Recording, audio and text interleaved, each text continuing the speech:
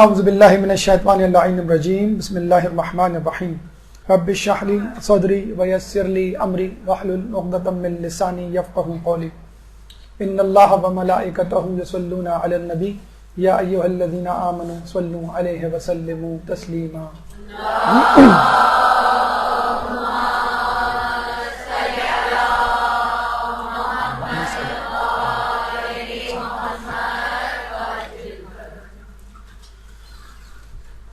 فتنوں کے حوالے سے جو گفتگو کی گئی تھی پچھلے درس میں، تو اس میں فتنوں کے علاج کے حوالے سے جو ایک علاج تجویز کیا گیا تھا اہل بیت کی طرف سے، اور ایک حدیث سنائی گئی تھی، اور وہ حدیث کچھ یوں ہے کہ لوگوں پہ عنقریب ایک ایسا زمانہ آنے والا ہے کہ انسان ایمان کی حالت میں صبح کرے گا اور کفر کی حالت میں شام۔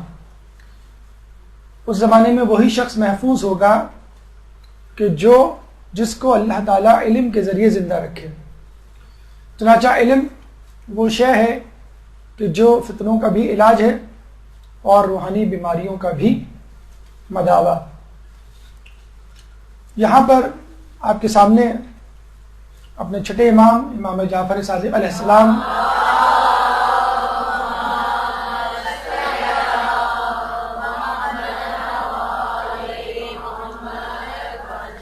کی ایک حدیث بیان کرنا مقصود ہے، جو ہمارا موضوع بھی ہے، طالب علموں کے لیے امام صادق کی 9 نصیحتیں۔ یہ حدیث علامہ مجلسی نے اپنی کتاب بحار الانوار میں پہلی جلد کے صفحہ نمبر 224، 225 اور 226 پر درج کی ہے، اور وہ بتلاتے ہیں کہ میں نے یہ حدیث خود شیخ بہائی کے ہاتھوں سے لکھی گئی تحریر سے لی ہے اور اس کو اپنی کتاب میں محفوظ کیا ہے۔ ہمارا فقہ بلا شبہ فقہ محمدی ہے، اور فقہ محمدی کے بعد فقہ جعفری ہے۔ اس کو فقہ جعفری کہنے کا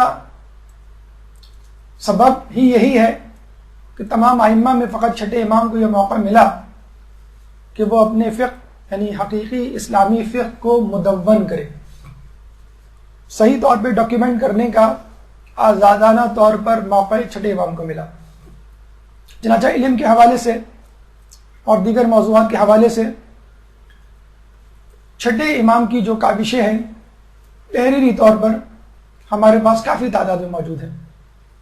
4,500 تمام ائمہ کے شاگرد ہیں، جس میں سے 4,000 شاگرد امام ششم کے ہیں۔ امام کے ایک شاگرد عنوان بصری 94 سال کی عمر میں امام کے پاس علم حاصل کرنے جاتے ہیں۔ اس سے پہلے وہ امام کے شاگرد مالک بن انس سے علم حاصل کیا کرتے تھے، لیکن اس کے بعد جب ان کو معلوم چلا کہ امام مدینے میں ہیں تو فوراً ان کے پاس حاضری دی اور یہ کہا کہ امام میں آپ سے علم حاصل کرنا چاہتا ہوں، مجھے اپنے علم میں سے کچھ عطا کیجیے۔ امام نے کہا کہ حکومت کے کارندے میرے پیچھے لگے ہوئے ہیں، میرے اپنے ذکر و وظائف ہیں، مجھے تم اپنی طرف مشغول نہ کرو، اور جاؤ جس طرح تم مالک بن ان سے ملاقات رکھے ہوئے تھے ان سے رابطہ رکھو اور ان سے اپنے مسائل کو حل کرو۔ عنوان بصری یہ سن کر بہت مغموم ہوئے، افسردہ ہوئے، لیکن امام کی بات کو ٹال نہیں سکتے تھے۔ گھر واپس آئے اور اب کی دفعہ انہوں نے اپنی عبادات میں اور اضافہ کر دیا۔ شب و روز دعائیں مانگتے ہیں کہ اللہ امام کے دل کو میری طرف سے نرم کر دے تاکہ میں ان کے علم میں سے کچھ علم حاصل کر سکوں۔ چنانچہ اپنے آپ کو گھر تک محدود کر لیا، فقط نماز کے لیے گھر سے نکلتے اور زیادہ تر وقت گھر میں تنہائی میں عبادت میں گزارتے۔ لیکن کچھ دنوں کے بعد مجبور ہو گئے، امام سے ملاقات کا جو جذبہ تھا اس نے انہیں گھر میں رہنے نہ دیا. گھر سے نکلے, عصر کی نماز پڑھی, امام کے گھر وارد ہوئے, دروازے پہ دستک دی, غلام نکلا اور کہا کہ میں امام سے ملنے آیا ہوں. غلام نے اندر امام کو خبر دی, امام نے کہا کہ آنے دو. عنوان بصری اندر داخل ہوئے. امام سے مصافحہ کرنے کے بعد, ہاتھ ملانے کے بعد, احوال پرسی کے بعد امام نے ان سے پوچھا, کہو عنوان بصری کس طرح آنا ہوا؟ عنوان بصری نے کہا کہ گویا آپ کی زیارت اور آپ کا سلام کافی ہے, لیکن کیا ہی اچھا ہو کہ آپ اپنے علم میں سے کچھ علم مجھے عطا فرمائیں. اس دفعہ امام عنوان بصری کو اپنے علم میں سے کچھ علم دینے پر راضی ہو گئے. شاید اس کی وجہ یہ ہو, پہلے انکار کی کہ وہ دیکھنا چاہتے تھے کہ عنوان بصری میں کتنا اشتیاق ہے, جستجو ہے, دلچسپی ہے. اور عنوان بصری نے اس بات کا برا بھی نہیں منایا. مصلحت امام مصلحت خدا بندی ہوا کرتی ہے. ہو سکتا ہے امام کی کوئی مصلحت ہو, خدا کی کوئی مصلحت ہو شروع کے انکار میں, لیکن عنوان بصری کے اشتیاق نے ان کے جذبے کو کم نہیں کیا, بڑھایا. تو یہ پہلی بات ہمارے لیے لمحہ فکریہ ہے کہ ہم 20, 25, 30, 40 سال کے ہو کے سوچتے ہیں کہ شاید ہم لیٹ ہو گئے علم دین کے لیے, اب ہمیں مدرسے کا رخ, کتابوں کا رخ نہیں کرنا چاہیے. تو 94 سال ہونے کے بعد اگر کوئی علم کی جستجو میں نکلے تو یقیناً اس علم کی اپنی اہمیت ہوگی. تو یہ پہلا سبق ہمارے لیے کہ اٹس نیور ٹو لیٹ. آپ کتنے ہی بوڑھے کیوں نہ ہو جائیں, یہاں پہ بیٹھے موجود افراد میں سے کوئی بھی شخص 94 سال کا کم از کم نہیں ہوگا, اور شاید کوئی بھی ایسا نہ ہو جس کی علم کی جستجو عنوان بصری کی طرح ہو. بہرحال اللہ سے دعا ہے کہ ہمیں عنوان بصری کی طرح علم کی جستجو اور اشتیاق اور دلچسپی حاصل کرنے کی توفیق عطا فرمائے. امام نے جب یہ سنا کہ عنوان بصری مصر ہیں اپنی بات پر, چنانچہ انکار امام اقرار امام میں تبدیل ہو گیا اور امام نے عنوان بصری کو نصیحت کرنا شروع کی. امام نے عنوان بصری کو 9 نصیحتیں کی علم سے متعلق, لیکن ان 9 نصیحتوں سے پہلے ایک مقدمہ, ایک تمہیدی گفتگو بیان کی, وہ بھی سننے کے قابل ہے. آپ یوں کہہ لیجئے در اہل بیت میں اگر مانگو گے تو وہ بھی ملے گا جو نہیں مانگا, اور نہیں مانگو گے تو اپنے تکبر کی وجہ سے ہمیشہ نقصان میں رہو گے. امام نے علم کے حوالے سے نصیحتیں کرنے سے پہلے عنوان بصری کو سمجھایا کہ تمہیں معلوم ہے کہ علم کسے کہتے ہیں, یعنی جس چیز کی نصیحتیں اور معلومات تم لینے آئے ہو کہ میں کیسے علم حاصل کروں, کیا طریقہ کار ہے جس سے زیادہ علم حاصل کروں, وہ علم ہے کیا, کسے کہتے ہیں, نمبر 1. پھر امام نے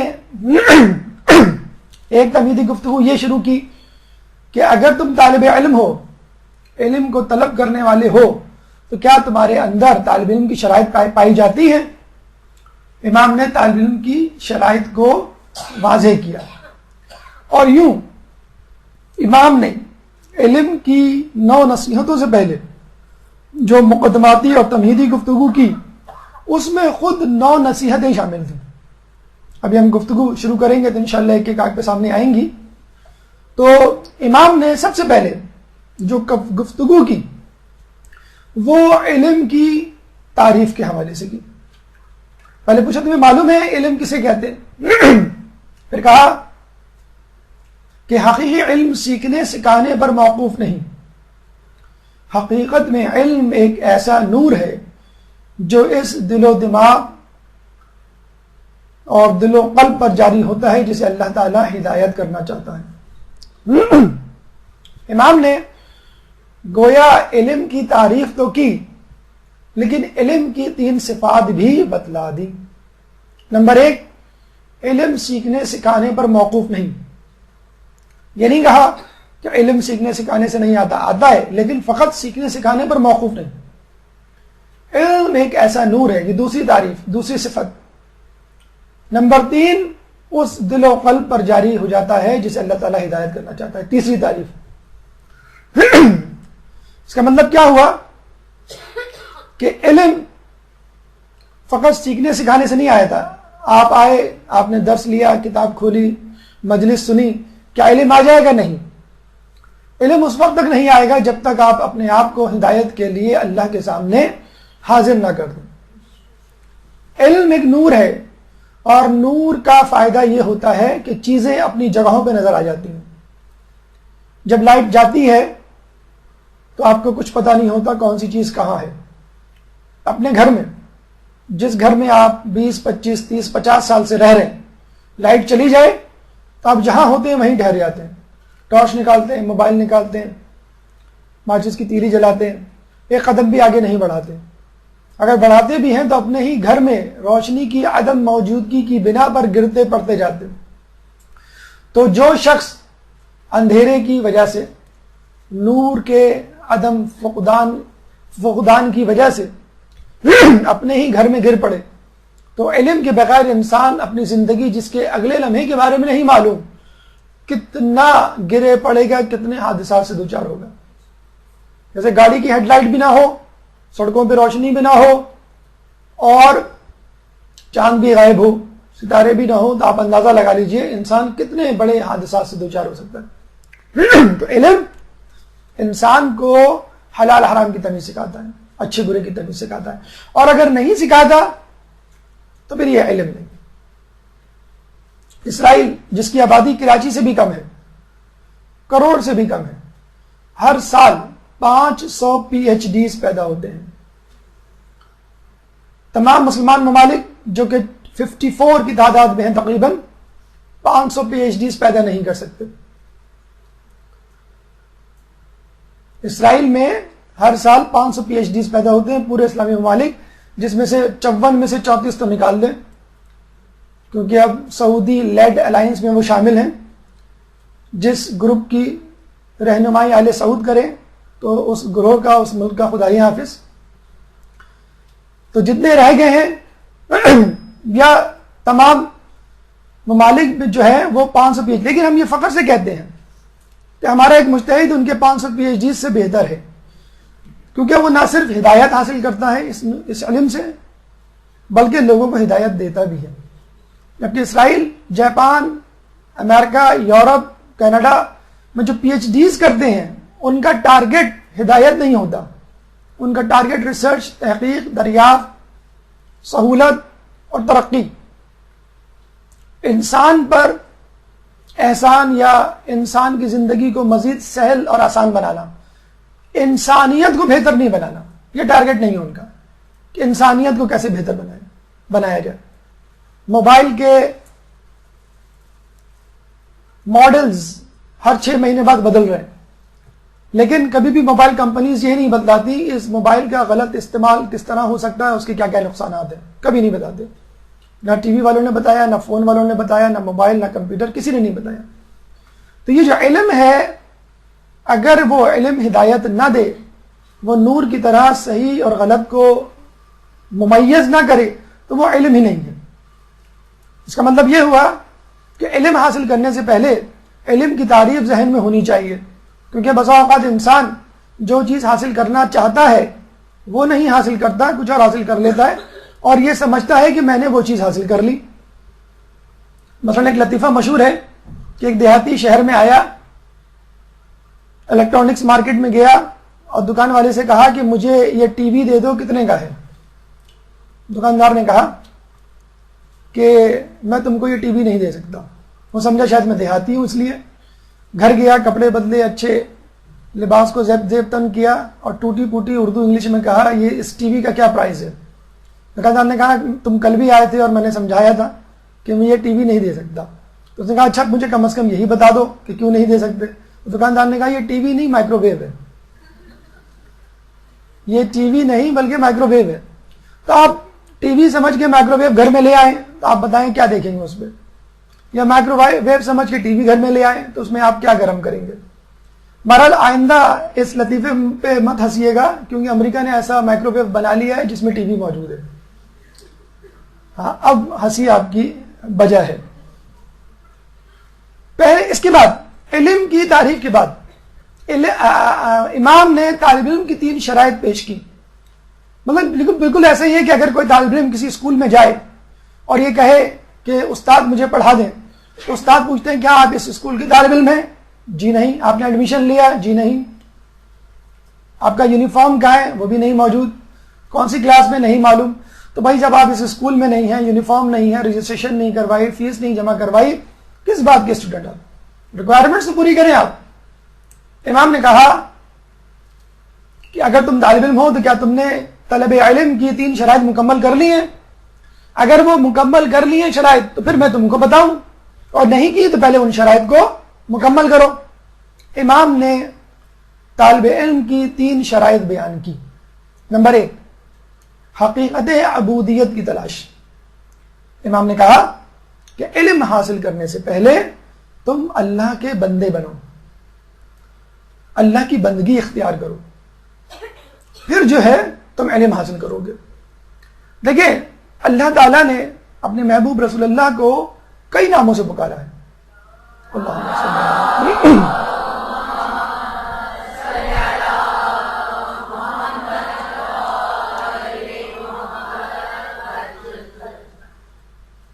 کبھی مزمل، کبھی مدثر، کبھی محمد، کبھی احمد، کبھی مصطفیٰ، کبھی مجتبی، کبھی نبی، کبھی رسول.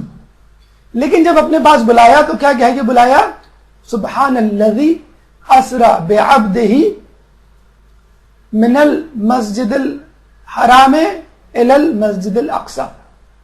پاک ہے وہ ذات جو اپنے بندے کو لے گئی راتوں رات مسجد حرام سے مسجد اقصی تک.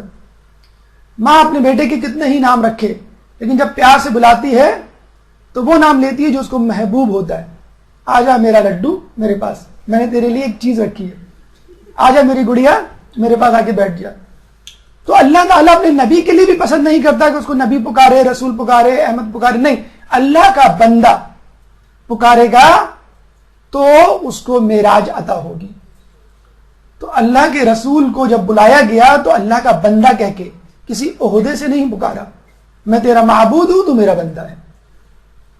اور یہ بہت بڑی عزت اور شرف کا مقام ہے. مولا فرماتے ہیں میری عزت کے لیے کافی ہے کہ میں تیرا بندہ ہوں، اور میرے شرف کے لیے کافی ہے کہ تو میرا خدا ہے. تو انسان کے فخر کے لیے اگر کوئی عہدہ ہے تو منسٹر، پروفیسر، ڈاکٹر، عالم، حتیٰ کہ نبی کا بھی نہیں ہے. اصل جو عہدہ ہے وہ اللہ کے بندے کا ہے.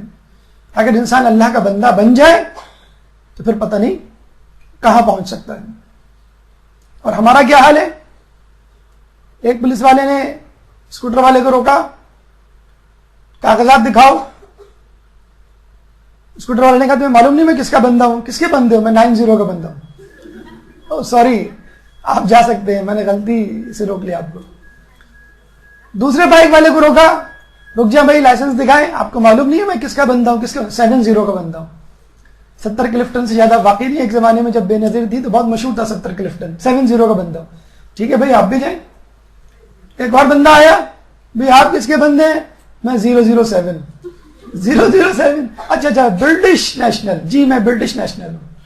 اچھا بھائی ہم باہر والوں کو تو نہیں چھیڑ سکتے، آپ جائیں بالکل جائیں. اب پولیس والے کی دہاڑی جو ہے ماری گئی. جو آ رہا ہے وہ کسی نہ کسی جگہ کا ایڈریس بتا رہا ہے اس کا بندہ. ایک کو روکا چوتھے کو اور کہا کہ بھائی تم کس کے بندے ہو؟ اس کی گھگی بند گئی، وہ تو کسی کا بندہ نہیں تھا. بتاؤ کوئی 0 لگاؤ اور بات مکمل کرو. اس نے کہا میں 0 کیا لگاؤں، میں تو خود 0 ہوں. کہ کیا مطلب؟ کہ میرا کسی تنظیم سے کسی گروپ سے تعلق نہیں، میں صرف 0 ہوں. تو پولیس والا کہتا ٹھیک ہے تمہارا چلان ہوگا. اگر وہ شخص یہ کہہ دیتا کہ میں ایک اللہ کے الف یا ایک اللہ کا ایک والا 0 ہوں تو 10 بن جاتا. اور یہی انسان جب عجز و انکساری اور اختیار کر لے تو ایک اور 0 لگ جاتا ہے، 100 بن جاتا ہے. جتنی عجز و انکساری انسان میں آتی جاتی ہے اتنے ہی زیروز کا اضافہ ہوتا رہتا ہے. اگر ایک موجود ہے اللہ تعالیٰ کی توحید پرستی کا اور اللہ تعالیٰ کی بندگی کا تو اس کی قیمت اور قابلیت میں اضافہ ہوتا رہتا ہے. تو یہ ہے اللہ کا بندہ بننا. کہ اللہ کو پہلے اپنا محبوب، اپنا معبود تسلیم کر لے، اس کے بعد جتنی عجز و انکساری چاہے پیدا کرتا چلے جائے، قیمت اس کی بڑھتی چلی جائے گی. ایک درود پڑھ دے محمد والے محمد.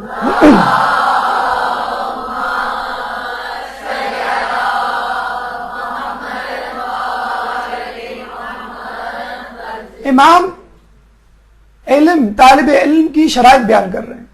دوسری شرط امام نے کہا علم کے ہر وقت متلاشی رہو. یہ نہیں کہ آپ مدرسے آئے 2 گھنٹے 3 گھنٹے کی کلاس لی، اللہ خیر سلم، اسکول گئے کتاب کھولی اور بس بند. ٹیوٹر آیا کاپی کھولی، وہ گیا، اس کے بعد کاپی بند. ایک شاگرد کو ایک استاد بہت ڈانٹا کرتا تھا کہ جب بھی میں آتا ہوں تمہاری کتابیں بند ہوتی ہیں، تمہاری کاپیاں بند ہوتی ہیں. کبھی تو ایسا ہو کہ میں آؤں تمہاری کتاب کاپی کھلی رہے تاکہ مجھے پتا چلے کہ میرے آنے سے پہلے پڑھ رہے تھے. تم آلٹرنیٹ ڈے سے جایا کرتے تھے. وہ ایک دن گئے، وہ جمعے کو پڑھا کے، ہفتے کو چھٹی، اتوار کو ویسی چھٹی، پیر کو گئے تو کتاب اور کاپی دونوں کھلی ہوئی. بڑے خوشی ہوئے، بیٹا بہت خوشی ہوئی، آپ ماشاءاللہ پڑھ رہے تھے میرے آنے سے پہلے. نہیں، یہ تو جمعے سے کھلی ہوئی ہے. یعنی جب آپ آئے تھے جمعے کو، بس اس سے کھلی ہوئی ہے. تو ایسے ڈھیٹ شاگرد بھی ہوتے ہیں. تو علم کا متلاشی رہنا ہے ہر وقت، ہمہ وقت. وین میں بیٹھے ہوں، کچن میں ہو، سونے سے پہلے اٹھنے کے بعد علم کی تکرار کرتے رہیں. ایسے شخص کو علم ملتا ہے. دیکھیں نا عنوان بصری نے ہمت نہیں ہاری، 94 سال کی عمر ہے، بار بار امام کے پاس گئے تو پھر امام نے علم کا چشمہ جو ہے ان کے سامنے جاری کیا. تیسری شرط طالب علم کے لیے فہم اور آگاہی کا سوال. جب تک اللہ سے سوال نہیں کرو گے، قل رب زدنی علما، اس وقت تک اللہ تعالیٰ علم میں اضافہ نہیں کرے گا. سورۃ طٰہٰ آیت نمبر 114. شاید اللہ کی حکمت یہ ہو کہ آپ کو کہنا چاہ رہا ہے کہ دیکھو علم مانگنا تو پورے قرآن کا علم مانگنا، پوری 114 سوروں کا علم مانگنا. قرآن میں 114 سورے ہیں نا، تو طٰہٰ کا آیت کا نشان بھی سورۃ طٰہٰ کی 114 ہے، جس میں یہ دعا لکھی ہوئی ہے، قل رب زدنی علما. کچھ لوگ کہتے ہیں بھئی 114 سوروں کا علم ہم مانگ کے پھنس نہ جائیں. تو ایک قرآن کو 14 معصومین سے سمجھ لیجئے، تو 114 سوروں کا انشاءاللہ علم حاصل ہو جائے گا.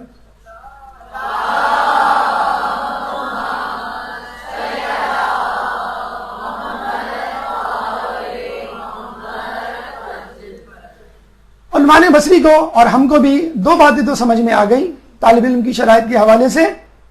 علم کی تلاش، فہم و آگاہی کا سوال، حقیقت عبودیت کی تلاش، حقیقی بندہ کس طرح بنے، انسان کو پتہ کیسے چلے کہ میں اللہ کا بندہ ہوں. امام نے کہا کہ دیکھو اللہ کے بندے بننے کے لیے 3 چیزیں ضروری ہیں. طالب علم بننے کے لیے 3 شرائط: حقیقت عبودیت، علم کی تلاش، آگاہی کا سوال. حقیقت عبودیت مزید 3 طریقوں سے حاصل ہوگی. امام نے کہا کہ دیکھو، نمبر 1، اپنے آپ کو کسی چیز کا مالک نہ سمجھنا. اور ہم دوسروں کی چیزوں کو بھی اپنا سمجھتے ہیں، اپنے آپ کو مالک سمجھتے ہیں دوسروں چیز. کسی کا پین لے لیا، کسی کی کاپی لے لی، کسی کا زیور لے لیا، کسی کے پلاٹ پہ قبضہ کر لیا، یہ ہمارا مال ہو گیا، یہ ہماری چیز ہو گئی. امام کہہ رہے ہیں اپنی چیز کو بھی اپنا نہ سمجھو. فائدہ کیا ہوگا؟ مال خرچ کرنا آسان ہو جائے گا، بلکہ ہر چیز خرچ کرنا آسان ہو جائے گی. آپ اللہ کی راہ میں کیا دے سکتے ہیں؟ مال دے سکتے ہیں، اولاد دے سکتے ہیں، وقت دے سکتے ہیں، اور زیادہ سے زیادہ جان دے سکتے ہیں. جس کے بارے میں کسی نے کہا جان دی ہوئی اس کی تھی، حق تو یہ ہے کہ حق ادا نہ ہوا. تو زیادہ سے زیادہ آپ جان دیں گے تو یہ جان بھی اللہ ہی کی تو دی ہوئی ہے. اگر دی بھی تو کون سا بڑا تیر مارا آپ نے. لیکن بہرحال آپ جب کسی چیز کو اپنی ملکیت نہیں سمجھیں گے تو اللہ کی راہ میں اس کو خرچ کرنا آسان ہو جائے گا. دوسری چیز جس سے حقیقت عبودیت پیدا ہوتی ہے، اپنی کوئی تدبیر نہ کرو خدا کے سامنے. وَمَكَرُوا وَمَكَرَ اللَّهُ وَاللَّهُ خَيْرُ الْمَاكِرِينَ، سورہ آل عمران آیت نمبر 54. اس کا فائدہ کیا ہوتا ہے؟ مصیبتوں پر صبر آسان ہو جاتا ہے. کوشش کریں، کوئی مذائقہ نہیں. خواہش کریں، کوئی مذائقہ نہیں. لیکن جب سامنے کوئی چیز آ جائے تو اس کو اللہ کی تقدیر، اللہ کی رضا سمجھ کے قبول کر لیں. مین پروپوزز، گاڈ ڈسپوزز. انسان بناتا ہے، اللہ ڈھالتا ہے. Go for the best, prepare for the worst. بہترین چیز کے لیے کوشش کرو لیکن بدترین چیز کے لیے تیار رہو. یہاں سے خوشی خوشی جائیں کہ امی نے بریانی پکائی ہوگی، پتہ چلا کہ کھچڑی بنائی ہے، کوئی بات نہیں، اللہ کی رضا سمجھ کے آپ اس کو بریانی سمجھ کے کھا لیں. تو خواہش کرنے میں، محنت کرنے میں کوئی مذائقہ نہیں، لیکن جو سامنے آ جائے اس کو اللہ کی حکمت سمجھ کے قبول کر لیں، تقدیر سمجھ کے، اور اس کے لیے آپ کے لیے حوالے سے مصیبتوں پہ صبر کرنا آسان ہو جائے گا. پھر امام نے کہا کہ اپنی تمام تر توجہ حلال و حرام پہ رکھو. ہم علم کیوں حاصل کرتے ہیں؟ تاکہ نور ملے. روشنی کا فائدہ کیا ہے؟ آپ کو پتہ چل جاتا ہے کہ حلال کیا ہے، حرام کیا ہے. جب حلال حرام کا پتہ چل جاتا ہے تو ہم حلال سے قربت حاصل کرتے ہیں، حرام سے دور رہتے ہیں. غلط کیا ہے، صحیح کیا ہے، اچھا کیا ہے، برا کیا ہے، قانونی کیا ہے، غیر قانونی کیا ہے، illegal and legal, prohibited and allowed, do's and don'ts, haves and have nots, can't or can, must not be, must be, to be not to be. اسی کا تو کھیل ہے ساری زندگی. ملکی پیمانے پہ دیکھیں تو لیگل انلیگل کی بات آ جاتی ہے. معاشرتی پیمانے پر دیکھیں اچھا برا سامنے آ جاتا ہے. شرعی پیمانے پر دیکھیں حلال حرام سامنے آ جاتا ہے. لیکن ہر انسان انہی دو چیزوں کے درمیان سینڈوچ بنا ہوا ہے. غلط، منفی، انلیگل، غیر قانونی، برا، یہ تمام چیزیں جو ہے ناٹ الاؤڈ. آپ کی زندگی میں ان کا گزر بسر نہیں ہونا چاہیے. اور کیا ہونا چاہیے؟ اچھی چیز کیا ہے، الاؤڈ کیا ہے، قانونی کیا ہے، حلال کیا ہے، ان چیزوں کو آپ کو اڈاپٹ کرنا ہے. تو اگر یہی چیز اگر آپ ذہن میں نہیں رکھیں گے تو آپ کس بات کے لیے علم حاصل کر رہے ہیں؟ یہ تمام چیزیں اگر آپ کو حاصل ہو گئی تو آپ کو حقیقت عبودیت حاصل ہو گئی. اور جب آپ حلال و حرام پہ توجہ دیں گے تو فائدہ یہ ہوگا فقر و مباحات اور لڑائی جھگڑے سے دور رہیں گے. شادی میں بھی پارٹیشن ہونا چاہیے نہیں ہونا چاہیے، پھپھو گیری ہونا چاہیے، خالہ گیری نہیں ہونا چاہیے. اب آپ نے پارٹیشن کر دیا، پھپھو کو خوش کر دیا اور خالہ کو ناراض کر دیا. مینیو کہہ رکھے ہیں بریانی رکھیں کہ قورمہ رکھیں، چچا کہہ رہے ہیں بریانی رکھیں، پھپھا کہہ رہے ہیں کہ جو ہے وہ قورمہ رکھیں. بس آپ یہ دیکھیں کہ اسلام کیا کہتا ہے. اسراف تو نہیں ہو رہا، مکس گیدرنگ تو نہیں ہو رہی، بے پردگی تو نہیں ہو رہی، موسیقی اور دیگر باتیں حرام چیزیں. اگر آپ نے اللہ کو خوش کر دیا پھر آپ کو چچا، خالہ، پھپھو، اڑوس پڑوس، دوست احباب کی کوئی فکر نہیں ہوگی. ورنہ زندگی میں کبھی آپ اس کو خوش کریں، کبھی اس کو خوش کریں، کبھی، اور جس کو خوش کریں گے اس کا دشمن آپ سے ناراض، تو دوسرے کو خوش کریں تو پہلا ناراض. اللہ کو خوش کریں، باقی لوگ خوش ہوں یا نہ ہوں آپ کا اس سے کوئی تعلق نہیں. اور آپ دیکھیے گا بعد میں وہ خود بھی خوش ہو جائیں گے. اور جب آپ یہ تینوں چیزیں حاصل کر لیں گے، یعنی حقیقت عبودیت اور حلال و حرام پہ توجہ اور ملکیت نہ سمجھنا کسی چیز کو، تو پھر انسان کو کچھ فوائد حاصل ہوتے ہیں. اللہ کے بندے کو تین چیزیں ملتی ہیں. امام فرماتے ہیں دنیا اس کے سامنے، شیطان اس کے سامنے، مخلوقات اس کے سامنے کوئی وقت نہیں رکھتی. پھر وہ ہر کسی سے بے نیاز، لاپرواہ، بے پرواہ ہو جاتا ہے. اس کو یہ خیال نہیں کہ کون کیا چاہتا ہے. دنیا اس کے سامنے ہیچ ہو جاتی ہے کیونکہ وہ فقط اللہ کی رضا کو سامنے رکھتا ہے. اس کے بعد وہ دنیا کو فخر و مباحات کے لیے طلب نہیں کرتا، فقط اس کی فکر اللہ کے رضا کے لیے ہوتا ہے. عزت و آبرو کا طلبگار نہیں ہوتا. وہ نہیں چاہتا کہ کوئی اس کو سر جھکا کے سلام کرے، سلیوٹ کرے، کیونکہ اللہ اس سے راضی ہے. اور جب اللہ راضی ہے تو وہ اس بات سے خوش ہے. اپنی عمر فضول کاموں میں خرچ نہیں کرتا کیونکہ ہر وقت وہ مصروف رہتا ہے کہ میں اللہ کو کسی طرح خوش کر لوں اور اپنے آپ کو ان کاموں میں مشغول رکھوں کہ جس سے اللہ خوش ہوتا ہے. جس کے لیے سورہ قصص آیت نمبر 83 میں اللہ فرماتا ہے تلک الدار الآخرۃ نجعلها للذین لا یریدون علوا فی الارض ولا فسادا. والعاقبۃ للمتقین تلک الدار الآخرۃ نجعلها للذین، یہ آخرت کا گھر ہے جو ان لوگوں کے لیے بنایا گیا ہے، لا یریدون علوا فی الارض، کہ جو یہ خواہش نہیں رکھتے کہ زمین میں ان کو کوئی بلندی حاصل ہو، نام و نمود حاصل ہو، بلا فسادا، اور وہ فساد بھی نہیں چاہتے، والعاقبۃ للمتقین، اور آخرت تو فقط متقین کے لیے، متقی لوگوں کے لیے، یہ ہے جزا، یہ ہے ریوارڈ اللہ کی رضا اور جنت کی صورت میں، کن لوگوں کے لیے؟ حقیقت عبودیت کی جو تلاش میں رہتے ہیں، کن لوگوں کے لیے؟ علم کی متلاشی رہتے ہیں، علم کے سوالی رہتے ہیں، اور جو حقیقت عبودیت کو کس طرح تلاش کرتے ہیں؟ کسی چیز کو اپنی ملکیت نہیں سمجھتے، اللہ کی تدبیر کے آگے اپنی تدبیر نہیں کرتے، اور ہر وقت ہم وقت اس بات میں مشغول رہتے ہیں کہ کیا حلال ہے کیا حرام۔ یہاں امام نے اپنی تمہیدی گفتگو ختم کی۔ دیکھا جائے تو 9 وصیتوں سے پہلے، 9 نصیحتوں سے پہلے امام نے 9 وصیتیں کر ڈالی۔ ہم میں سے ہوتے تو سر ذرا بریک لے لیں، پھر اس کے بعد جو ہے شروع کریں گے، تو انہوں نے بصری کا شوق اور تجسس بڑھتا رہا۔ ایک دیہاتی کسی ہوٹل میں گیا 5 اسٹار، وہاں پہ اس نے کھانا کھایا، کھانے سے پہلے ایپیٹائزر ہوتے ہیں، آپ کو سوپ دیا گیا، پکوڑے دیے گئے، پاپڑ دیے گئے، سموسا دیا گیا، وہ بیچارہ ہڑپ ہڑپ کر کے کھاتا گیا۔ پھر بیرے نے آگے کہا آئیے جناب، وہ سمجھا شاید یہ ہاتھ دھلوانے لے جا رہا ہے، کہا نہیں جناب کھانا آپ کا انتظار کر رہا ہے۔ وہ پریشان، یہ تو میں نے کھایا تو تھا کھانا، کس نے کہا پتا بھائی یہ تو ایپیٹائزر تھا۔ تو پتہ چلا کہ وہاں پہ انواع قسم کے کھانے اور سویٹ ڈشز پڑی ہوئی ہیں، بہرحال اس نے کھایا، وہ کھانے کے لیے تو آیا تھا۔ تو علم کا متلاشی جو ہے کبھی اس کا پیٹ نہیں بھرتا، حل میں مزید مزید وہ چاہتا رہتا ہے۔ عنوان بصری کی اشتہا، بھوک اور بڑھ گئی یہ تمہیدی گفتگو سننے کے بعد، کیونکہ ان کو پتہ چل گیا کہ اصل علم کیا ہے، اصل علم کے لیے جو طالب علم ہوتا ہے اس کی شرائط پہ کس طرح اترا جاتا ہے۔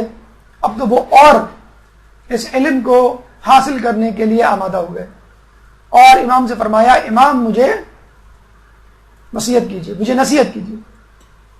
امام نے عنوان بصری کو 9 وصیتیں کی۔ اچھا یہ وصیتیں آج کل کے دور میں آپ دینی طالب علم کو بھی کر سکتے ہیں، ایک کالج یونیورسٹی کے طالب علم کو بھی کر سکتے ہیں، حتیٰ کہ اگر کوئی شخص غیر مسلم بھی ہو اور ان نصیحتوں پہ عمل کرے تو یقیناً وہ ہدایت پر آ جائے گا۔ تو فقط دینی طالب علم کے لیے نصیحتیں نہیں ہیں، آپ یہ نصیحتیں اپنے ان دوستوں کو بھی کر سکتے ہیں جو کالج یونیورسٹی میں پڑھ رہے ہیں، جن کا بہت زیادہ تعلق نہیں ہے دین سے۔ بزرگوں کے لیے بھی یہ نصیحتیں ہیں، بچوں کے لیے بھی نصیحتیں ہیں، کیونکہ امام فرماتے ہیں کہ یہ علم ایک ہدایت ہے۔ مجھے بتلائیے کون سا ایسا شخص ہے جو ہدایت نہیں چاہتا؟ ٹھیک ہے کچھ لوگوں کو کتابوں سے چڑ ہوتی ہے، علم سے الجھن ہوتی ہے، مدرسوں سے الرجی ہوتی ہے، وہ نہیں پسند کرتے بہت زیادہ پڑھنا لکھنا۔ اور کچھ لوگ تو پیدائشی طور پہ افلاطون پیدا ہوتے ہیں، وہ کہتے ہیں بھی ہمیں سب کچھ پتہ ہے، تم ہمیں کیا بتلا رہی ہو یا ہمیں کیا سکھا رہی ہو۔ تو یہ ان کے لیے بھی ہے کہ جو علم کی متلاشی نہیں، کم از کم ہدایات کی تو متلاشی ہیں۔ کوئی یہ نہیں کہہ سکتا 100% کہ میں صراط مستقیم پر ہوں، یا یہ نہیں کہہ سکتا کہ میں صراط مستقیم پر رہوں گا، کیونکہ جبھی تو ہم نماز میں دعا مانگتے ہیں اہدنا الصراط المستقیم، ہمیں سیدھی راہ دکھاتا رہے، آخری سانس تک ہمیں سیدھی راہ دکھاتا رہے۔ پھر امام نے 9 نصیحتیں کی اور یہ کہا کہ میری 3 وصیتیں نفس سے متعلق ہیں، اس کے بعد میری 3 وصیتیں حلم سے متعلق ہیں، یعنی صبر، برداشت، غصے کو کنٹرول کرنا۔ اور پھر امام نے کہا میری 3 وصیتیں علم سے متعلق ہیں۔ علم کا نمبر سب سے آخر میں، پہلے آپ طالب علم تو بنیے، پہلے آپ ثابت تو کیجیے آپ علم کا متلاشی ہیں۔ اب آئیے امام کی 9 نصیحتوں سے متعلق، جس میں شروع کی 3 نصیحتیں جو ہیں امام کی وہ نفس سے متعلق ہیں، لیکن اس سے پہلے ایک درود پڑھ دیجیے۔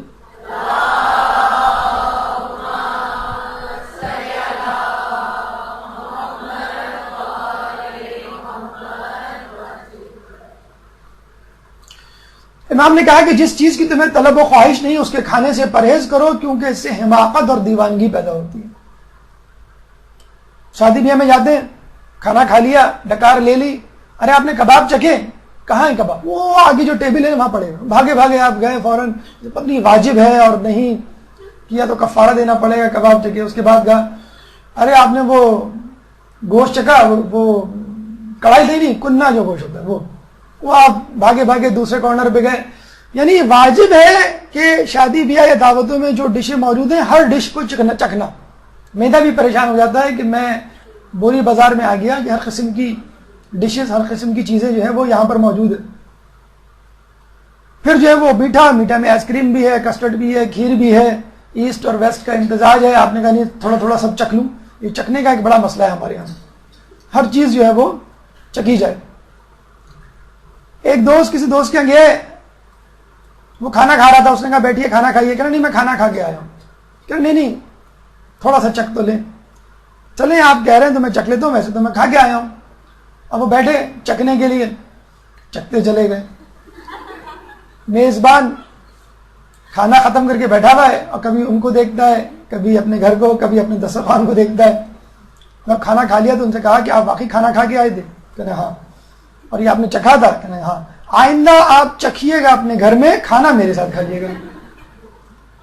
تو ہمارے لیے واجب ہے کہ کہیں سے کوئی چیز ملے تو مال مفت در بے رحم کی طرح اس پہ ٹوٹ پڑے۔ مفت ہے نا، باہر کی چیز ہے، دوسری کی چیز ہے، اور اپنی چیز جو ہے وہ گن گن کے والے جو ہے وہ لیے جائیں۔ اپنے گھر میں اسراف نہیں، دعوت میں یا کہیں پہ دوسرے گھر میں جو ہے وہ اسراف ہے۔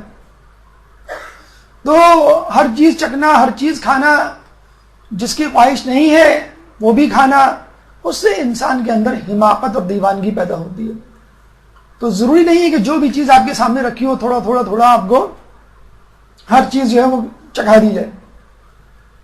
ایک صاحب کو بڑا شوق تھا گھر میں جو بھی چیز ہے اس کو پکاؤ، اس کو کھلاؤ۔ بیگم پریشان، کبھی بھنڈی پکا رہی ہیں، کبھی گوشت پکا رہی ہیں، کبھی پالک پکا رہی ہیں۔ ایک دن انہوں نے کوئی عجیب سی چیز بنا کے رکھی، انہوں نے کھائی۔ انہوں نے کہا اچھا اور کیا ہے کچن میں؟ کہ لیں سب کچھ یہی ہے جو آپ کے سامنے ہے۔ کہ لیں کیسے؟ کہ لیں اس کا نام ہے باولی بھجیا، اور یہ کیسے بنتی ہے؟ تمام سبزیوں کو ملا کر بنتی ہے۔ اب آپ مجھ سے مت کہیے گا کہ مزید کیا ہے، اسے میں نے ڈال دیا سب کچھ۔ تو یہ جو سب کچھ کھانے کی خواہش ہے اس کو تبدیل کیجئے، جو آپ کو سوٹ کرتا ہے۔ مثلا چاول پسند ہے، چاول کھا لیے، دیٹس اٹ۔ ضروری ہے کہ چاول کے پیچھے جو ہے آپ وہ روٹی بھی ڈالیں، تافتان، اور پھر جو گرم گرم نان بن رہی ہوتی ہے المونیم کے تندور میں، اس کے ساتھ جو ہے وہ آپ سیلفی بناتے ہوئے اس کو کھا رہے ہیں تندور کے ساتھ، دیکھو میں نے گرم گرم روٹی کھائی۔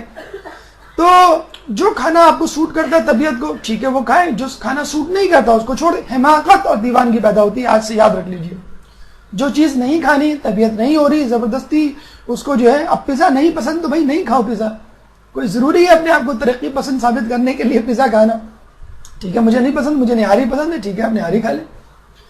تو حماقت اور دیوانگی سے بچنا ہے تو آپ ان چیزوں سے پرہیز کریں جن سے حماقت، یعنی ہر چیز کو کھانے سے۔ جب تک بھوک نہ لگے تو نہ کھاؤ۔ ہم تو وہ ہیں کہ بھوک نہیں لگتی تو سب کچھ کھا جاتے ہیں، اور جب بھوک لگتی ہے تو دوسرے کو بھوکا مار دیتے ہیں۔ بوٹیاں خود کے لیے، روٹیاں دوسروں کے لیے۔ ایک دیہات میں پہلوان رہا کرتا تھا، لہیم شہیم، لکڑ ہضم پتھر ہضم، جو اس کے سامنے رکھ دو۔ وہاں پہ ایک کانگڑی سا شخص بھی تھا جو ہر وقت شرط لگانے کے لیے تیار رہتا تھا۔ لوگوں نے ان دونوں کو ٹکروا دیا کہ کھانے پینے کی کوئی شرط لگوائی جائے۔ انہوں نے کہا چلو ٹھیک ہے، کون زیادہ کھاتا ہے؟ تو پہلوان نے کہا چلو ٹھیک ہے، بالٹی بھر دودھ کون پیے گا؟ وہ شخص تھا تھوڑا سا پریشان ہوا، لیکن اس کی عزت نفس مجروح ہوتی اگر وہ شرط نہ لگاتا، ہر شرط کو وہ لگاتا تھا اور جیتتا تھا۔ اس نے کہا ٹھیک ہے، بالٹی کی شرط ہو گئی، اور جو ہارے گا وہ پورے گاؤں کو مٹھائی کھلائے گا۔ مٹھائی کی دکان جو ہے وہ دودھ کی دکان کے ساتھ تھی، پورا گاؤں جمع ہو گیا وہاں پہ۔ مغرب سے 1 گھنٹہ پہلے آ جانا بھائی دونوں، تاکہ 1 گھنٹے بعد، مطلب شرط کے بعد جو ہارے گا مقابلے کے بعد وہ پورے گاؤں کو 1 گھنٹہ دعوت عام ہوگی، سب کھائیں گے۔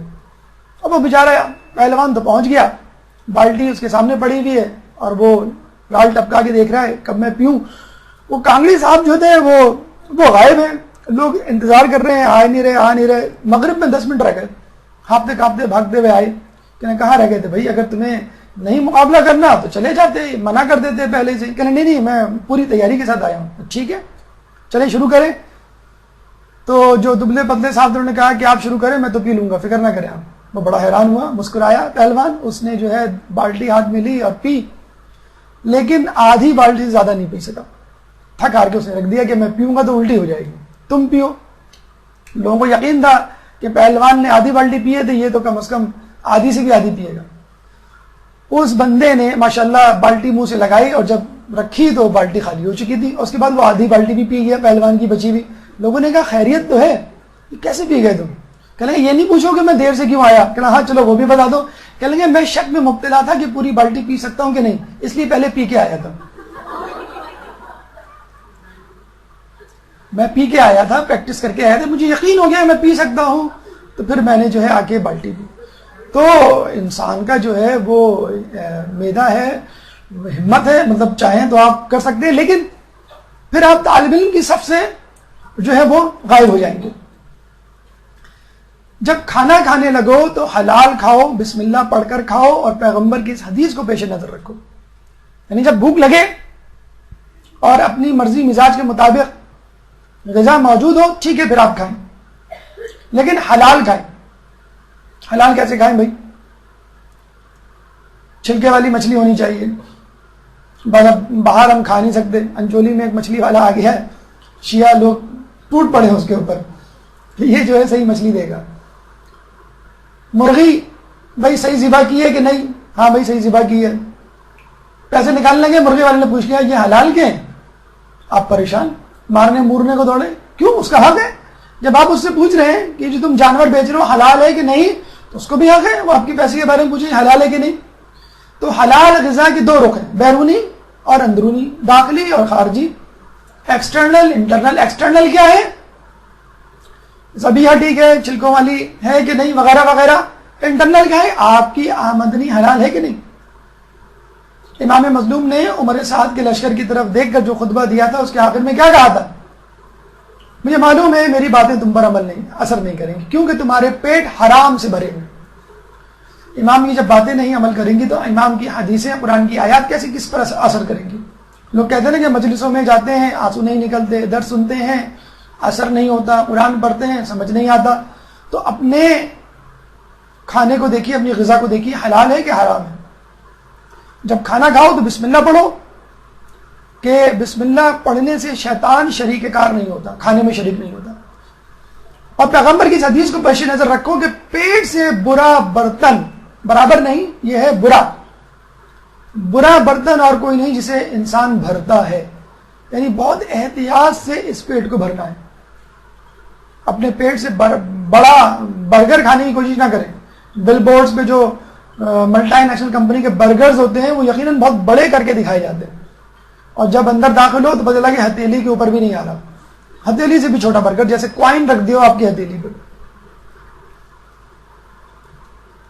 اگر طعام ضروری بھی ہو جائے تو اس کی 1/3 کھانے کے لیے, 1/3 پانی کے لیے اور 1/3 سانس لینے کے لیے ہو. جب کسی کو یہ بتایا گیا, کہنے لگا کہ دیکھو بھائی میں تو پورا کھانا معدے سے بھر دیتا ہوں, پانی کا کیا ہے وہ تو اپنی جگہ خود بنا لے گا, اور ہوا تو میں کھانا کھانے کے بعد سڑک پہ جا کے کھاتا ہوں, تو مجھے اس کی کوئی غرض نہیں. دیکھیں آپ جو غذا کھاتے ہیں اس کے لیے ڈائجسٹو جوس سیکریٹ ہوتا ہے, HCl, پیپسن, میوکس وغیرہ, اس کو بھی جگہ چاہیے. پھر نمبر 1, ان دونوں چیزوں یعنی غذا اور ڈائجسٹو جوس کو ڈائجسٹ ہونے کے لیے, گرائنڈ ہونے کے لیے, موو ہونے کے لیے اسپیس چاہیے. That is empty space, that is 1/3 space. So 1/3 کھانا ہو گیا, پانی ہو گیا, 1/3 آپ کو ایمٹی اسپیس مل گئی. تو یہ طریقہ ہے انسان کا کھانے کے حوالے سے, کہ انسان جو ہے کھانے میں ہر چیز کو نہ کھائے, جب بھوک لگے تو کھائے, اور کھانا حلال کھائے.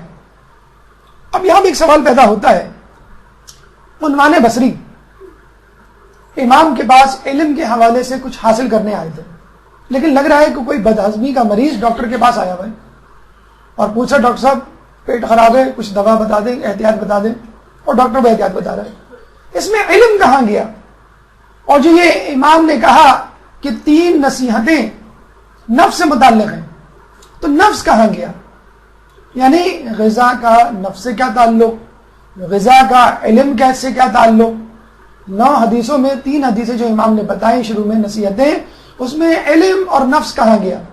امام نے خود کہا کہ شروع کی 3 چیزیں نفس سے متعلق ہیں، اور خود امام کہہ رہے ہیں کہ علم سے متعلق میں تمہیں باتیں بتا رہا ہوں. اب سنیے غور سے کہ غذا کا نفس سے کیا تعلق اور غذا کا علم سے کیا تعلق. ایک درود پڑھ دیں محمد والے محمد.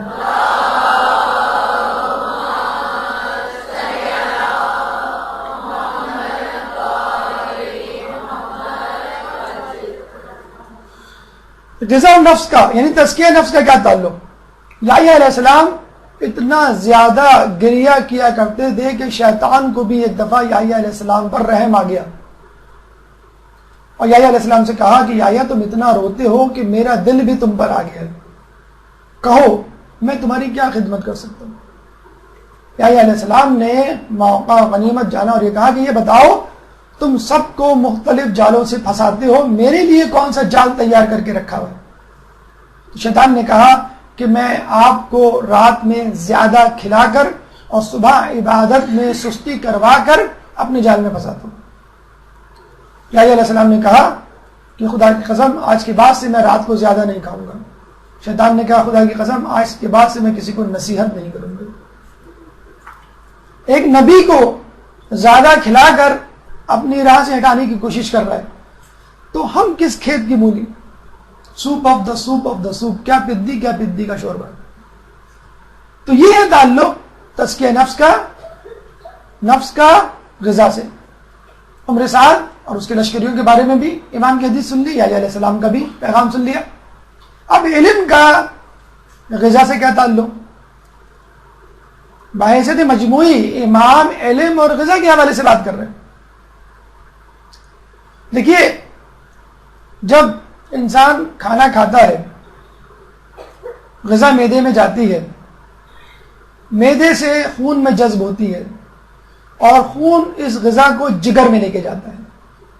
جگر آپ کے لیے کچن کا کام دیتا ہے، واشنگ، موڈیفیکیشن، ڈیٹاکسیفیکیشن، کوکنگ، ہر چیز غذا کی جگر میں ہوتی ہے. لیکن غذا اور معدے کے درمیان جو واسطہ ہے، جو ٹرانسپورٹ ہے، دیٹ از بلڈ. وہ کہاں سے آئے گا؟ آپ غذا کے ساتھ خون تو نہیں پیتے. نانی اماں تو کہتی ہیں تم تو خون پیتی ہو جب بھی آتی ہو. ایک ہی شخص تھا جو غذا کے ساتھ خون پیتا تھا، حجاج بن یوسف. افطار کے وقت رمضان میں اس نے کہا، ماہ رمضان میں، کہ میری پسندیدہ ڈش حاضر کی جائے. افطار میں سرخ روٹیاں لائی گئی اس کے پاس. لوگوں نے کھائی اور حجاج سے پوچھا کہ اس میں کیا ایسی چیز ہے جو تمہاری پسندیدہ ڈش ہے. اس نے کہا ان روٹیوں کو سادات کے خون سے گوندھ کر بنایا گیا. ایسا ملعون اور ظالم شخص تھا کہ جس کے بارے میں خود عمر بن عبدالعزیز فرماتے ہیں، تمام دنیا کے خبیث ترازو کے ایک پلڑے میں، اور ہمارا ایک خبیث حجاج بن یوسف ترازو کے دوسرے پلڑے میں ہو تو ہمارا خبیث جیت جائے گا. بہرحال تو معدے میں جو خون آتا ہے وہ کہاں سے آتا ہے؟ ایکسٹرا بلڈ آتا ہے معدے کے پاس فوراً. جب بھی آپ کھانا کھاتے ہیں blood circulation around the stomach will increase. کیسے؟ دماغ سے آتا ہے، ہاتھوں سے آتا ہے، پیروں سے آتا ہے. Rest of the body will provide the food, تاکہ معدے میں ایکسٹرا بلڈ جائے اور وہ ٹرانسپورٹ کرے اپنی فوڈ کو اسٹمک سے لیور کے درمیان. پھر ہوگا کیا؟ کھانے کے بعد آپ کو غنودگی ہوگی، نیند آئے گی، چلنے پھرنے کو، کہیں جانے کو جی نہیں چاہے گا. اپنی چھوٹی بہن سے کہیں گے ذرا ہاتھ دھلا کے لے آنا میرے، اٹھنے کا بھی نہیں چاہے گا. لوگ تو بیٹھے رہتے ہیں ہاتھ پکڑے. تو دیکھا آپ نے، جب غنودگی آئے گی تو آپ پڑھیں گے کیسے؟ جب یہ کہا گیا ہے کہ جو رات کو پڑھنا چاہتے ہیں وہ کم کھائیں، بلکہ جو صبح بھی اٹھنا چاہتے ہیں وہ بھی کم کھائیں. رات کو کم کھانے کی تاکید ہے. شیخ بھائی کے بارے میں ملتا ہے وہ رات کا کھانا لے کر نجف کی گلیوں میں گھوما کرتے تھے کہ کوئی فقیر مل جائے اس کو دے دیں. کہا کرتے تھے رات کا کھانا میرے لیے بڑا بھاری پڑتا ہے. اور کہا بھی جاتا ہے کہ جو شخص خوبصورت اور صحت مند رہنا چاہتا ہے رات کے کھانے میں کمی کر دے. بلکہ امریکہ کی نیوٹریشنسٹ جو تھی وہ یہ کہا کرتی تھی کہ صبح کا کھانا بادشاہوں کی طرح، دوپہر کا کھانا وزیروں کی طرح، اور رات کا کھانا فقیروں کی طرح. ہمارے یہاں ریورس ہوتا ہے. کچھ لوگ کہتے ہیں نہیں ریورس نہیں ہوتا, ہمارا کھانا بادشاہوں کی طرح کھاتے ہیں. تو یہ ہے علم اور غذا کا تعلق. آپ زیادہ کھائیں گے تو آپ کا بلڈ سرکولیشن برین سے کم ہو کے معدے کی طرف بڑھ جائے گا, اور عقل و حکمت کی باتیں اس معدے میں نہیں آئیں گی. اس کے بعد اور کیا تعلق ہے, اور بھی سن لیجئے. اللہ کا دشمن ہے وہ شخص جو زیادہ کھاتا ہے, زیادہ سوتا ہے. حدیث رسول, عجیب حدیث رسول. اللہ کا دشمن بے نمازی نہیں, روزہ خور نہیں, فاسق و فاجر نہیں, جہاد سے بھاگنے والا نہیں, ماں باپ کا نافرمان نہیں. وہ جو زیادہ کھاتا ہے زیادہ سوتا ہے, کیونکہ زیادہ سونا زیادہ کھانا ہے انسان کو شہوت پرستی, خواہشات اور دنیا پرستی, مادیت پرستی میں مبتلا کر دیتی ہے. اور پھر انسان نہ دنیا کا رہتا ہے نہ دین کا, ہر وقت نکما اور سست بنا گھر پہ بستر پہ پڑا رہتا ہے. زیادہ کھانا کن کی صفات ہے؟ جیسے ہم نے کہا کہ اللہ کا دشمن ہوتا ہے. رسول اللہ نے امیر شام کو ایک دفعہ بلوایا تو کہا وہ کھانا کھا رہا ہے. تھوڑی دیر بعد بلوایا, کھانا کھا رہا ہے. پھر بلایا, کھانا کھا رہا ہے. رسول اللہ نے کہا کہ اللہ کبھی اس کا پیٹ نہ بھرے. اور اس کے بعد اتنا کھانا شروع کیا. اکثر وہ کہا کرتا تھا کہ مجھے میرے دسترخوان سے اٹھا دیا کرو جب دیکھو کہ میں نے کافی کھانا کھا لیا ہے. اٹھتا نہیں تھا اپنے دسترخوان سے. ہشام بن عبد الملک جب بھوک لگتی تھی تو سب کو چھوڑ چھاڑ کے کھانے کے لیے بیٹھ جایا کرتا تھا. خیر ہم بھی اسی طرح بیٹھ جاتے ہیں, امی کھانا دیں. ابھی آدھا گھنٹہ بیٹا تھا گوشت گلنے میں, امی بس جو بھی ہے دے دیں آپ. تو ہشام بن عبد الملک ایک دفعہ حمام گیا نہانے صبح کے وقت. اس نے کہا کہ مجھے بھوک لگ رہی ہے. کہ بھائی سلامت, آپ حمام میں جائیں, شاور لیں, غسل کریں, آپ نکلیں گے تو ناشتہ تیار ہوگا. اس نے کہا نہیں مجھے ابھی کھانا ہے. اسی وقت بکرا لایا گیا, ذبح کیا گیا, کلیجی بھون کر اس کو دی گئی.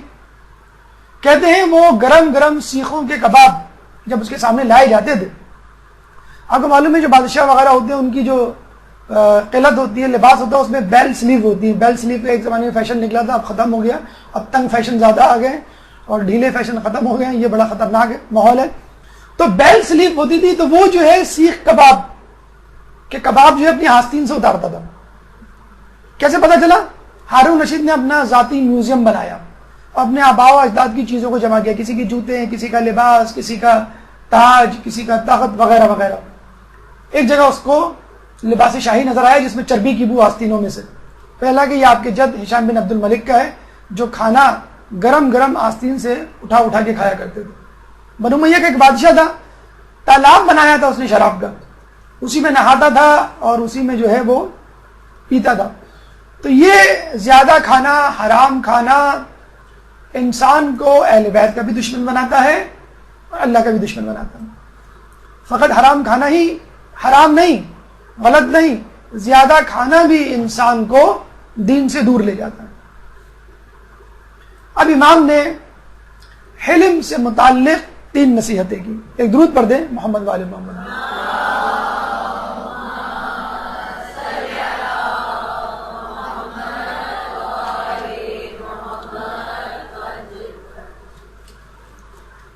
غصے کی الٹ ہے حلم, یعنی غصے کو برداشت کرنا. امام نے کہا کہ اگر تمہیں کوئی شخص یہ کہے کہ اگر تم نے مجھے ایک بات کہی تو اس کے بدلے میں 10 باتیں سنو گے, تو تم اس کے جواب میں کہو کہ اگر تم 10 باتیں کہو گے تو اس کے جواب میں ایک بھی نہیں سنو گے. ہم کیا کہتے ہیں؟ ذرا کہہ کے تو دیکھو, اینٹ کا جواب پتھر سے دوں گا. میں ادھار نہیں رکھتا, میں سنا دیتا ہوں آن دا اسپاٹ, کوئی چھوٹا ہو کوئی بڑا ہو. اور لوگ کہتے ہیں کیا بولڈ لڑکی ہے, اپنی پھپھی کو بھی نہیں چھوڑا. یہ بولڈنس نہیں ہے, یہ بے شرمی ہے. آج کل بولڈنس کا بے شرمی کا نام بولڈنس رکھ دیا. تو لڑائی جھگڑے سے پرہیز کرتا ہے کون؟ اسٹوڈنٹ, طالب علم جو علم حاصل کرتا ہے وہ لڑائی جھگڑے سے. اگر لڑائی جھگڑے میں پڑ گیا تو اپنے راستے سے ہٹ جائے گا. جو امتحان دے رہا ہوتا ہے اس کو دیکھیے آپ, وہ کس طرح امتحان دے رہا ہوتا ہے. کبھی بھی جو ہے وہ لڑائی جھگڑے میں نہیں پڑتا. کیوں؟ اس کی توجہ ہٹ جائے گی. تو لڑائی جھگڑے سے دور رہو. اگر کوئی 10 سنائے تو تم ایک بھی نہ سناؤ. پھر امام کہتے ہیں جو تمہیں گالی دے اس سے کہو کہ اگر تم اپنی بات میں سچے ہو تو میری دعا ہے کہ اللہ مجھے معاف کرے, اور اگر تم جھوٹ بول رہے ہو تو خدا سے درخواست کرتا ہوں کہ خدا تمہیں معاف کرے.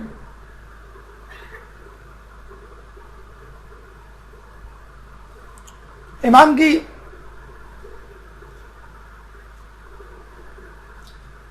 بہت اچھی حدیث اور بہت اچھا طریقہ ایسے لوگوں کے ساتھ روابط رکھنے کا کہ جو آپ کے دشمن ہوتے ہیں اور کسی طرح آپ کی بات کو سننے کے لیے تیار نہیں ہوتے، آپ پہ الزام دیتے رہتے ہیں، اس کے باوجود آپ کو دعا کرنی ہے، معافی کی درخواست کرنی ہے ان کے لیے کہ جو آپ کو مسلسل برا بھلا کہہ رہے ہیں۔ چھٹی حدیث، چھٹی نصیحت، اگر کوئی تمہیں بےہودہ انداز میں دھمکی دے تو اس کے ساتھ شفقت اور خیر خواہی سے پیش آؤ۔ مروان بن حکم وہ پہلا شخص تھا جس نے قتل حسین کا مشورہ دیا تھا۔ امام جب دربار میں گئے، ولید بن عتبہ کے وہاں کھڑا ہوا تھا۔ امام نے کہا کہ رات میں بیعت کی بات کرنا مناسب نہیں، صبح بات کریں گے۔ تو مروان بن حکم نے ولید بن عتبہ کے کان میں کہا کہ اگر امام چلے گئے تو واپس نہیں آئیں گے، ان کو ابھی پکڑ لو، بیعت کر لو، اور نہ کرے تو قتل کر دو۔ امام نے بہت برہمی کا اظہار کیا۔ کربلا کے واقعے کے بعد جب واقعہ ہررا ہوا اور یزید نے مدینے کو مباح کیا اور مروان بن حکم وہاں سے بھاگا، امام کے صاحبزادے، ہمارے چوتھے امام، امام زین العابدین علیہ السلام،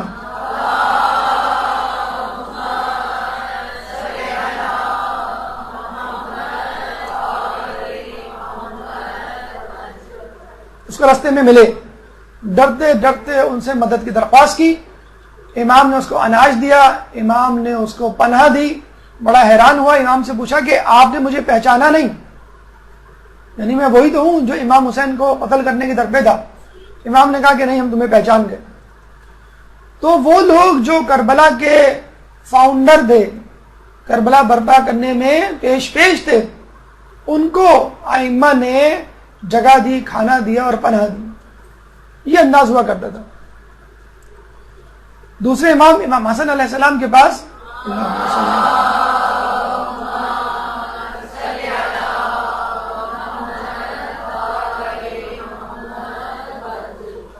ایک شخص آیا اور آتے ہی امام کو برا بھلا کہنا شروع کر دیا۔ امام نے کسی بات کا جواب نہیں دیا اور فقط یہ کہا کہ کیا تو بھوکا ہے تو آ میں تجھے کھانا کھلا دوں، اگر تو فقیر ہے تو آ تجھے میں مال دے دوں، اگر تیرے پاس گھر نہیں تو میں تجھے گھر دے دوں، اگر تیرے پاس لباس نہیں تو میں تجھے لباس دے دوں، اور پھر اس کو اپنے گھر لے گئے۔ اور جب وہ شخص واپس جانے لگا تو کہنے لگا کہ جب میں مدینے آیا تھا تو آپ سے بدترین آدمی کوئی نہیں تھا، اور جب مدینے سے جا رہا ہوں تو آپ سے بہترین آدمی کوئی نہیں۔ یہ ہے انداز۔ تکلیف ہوتی ہے، پریشانی ہوتی ہے، آپ کو بھی یہ سہنا پڑتا ہوگا، اس کا سامنا کرنا پڑتا ہوگا کہ لوگ آپ کو بری باتیں کہیں، برا بھلا کہیں، فار نتھنگ، کوئی آپ کا وہ نہیں ہے، لیکن اس کے باوجود آپ کی خیر خواہی کریں۔ چھٹے امام کا ہمیں واقعہ ملتا ہے کہ ایک دفعہ ان کے کسی خاندان میں فرض سے کوئی نوک جھوک ہو گئی اور اس شخص کا قصور تھا جس سے نوک جھوک ہوئی تھی۔ وہ غصے میں چلا گیا۔ امام دوسرے دن بنفس نفیس خود اس کے گھر گئے، دروازہ کھٹکھٹایا، وہ باہر نکلا تو اس کو اپنے گلے لگایا۔ روایت میں آیا ہے کہ اگر دو شخص لڑ جائیں اور جس کا قصور نہ ہو وہ صلح میں پہل کرے اور اس کو گلے لگائے کہ جس کا قصور ہو، تو اللہ تعالیٰ گلے لگانے والے پر جنت واجب کر دیتا ہے۔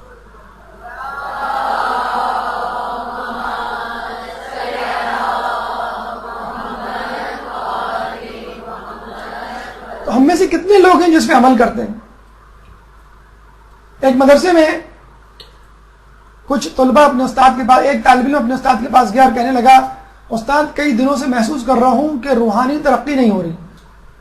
پہلے دیکھیں اس زمانے کے طلباء بھی کیسے ہوتے تھے، ان کو معلوم ہو جاتا تھا کہ ہماری روحانی ترقی نہیں ہو رہی۔ ہمیں یہ تو یاد ہوتا ہے، آج کا درس سن لیا، یاد ہو گئی حدیثیں اور چیپٹر کمپلیٹ ہو گیا، لیکن بہت کم لوگوں کو یہ محسوس ہوتا ہے کہ ہمارے ایمان میں بھی اضافہ ہو رہا ہے علم کے ساتھ ساتھ۔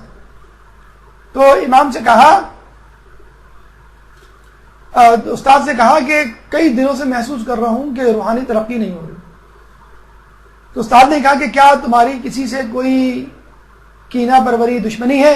اس نے کہا نہیں، لیکن مدرسے میں کچھ طلباء ایسے پڑھتے ہیں جن کا تعلق ایسے خاندان سے ہے کہ جس خاندان کی میرے خاندان والوں سے چپخلش چل رہی ہے، دشمنی چل رہی ہے، لیکن میری ان طلباء سے کوئی دشمنی نہیں۔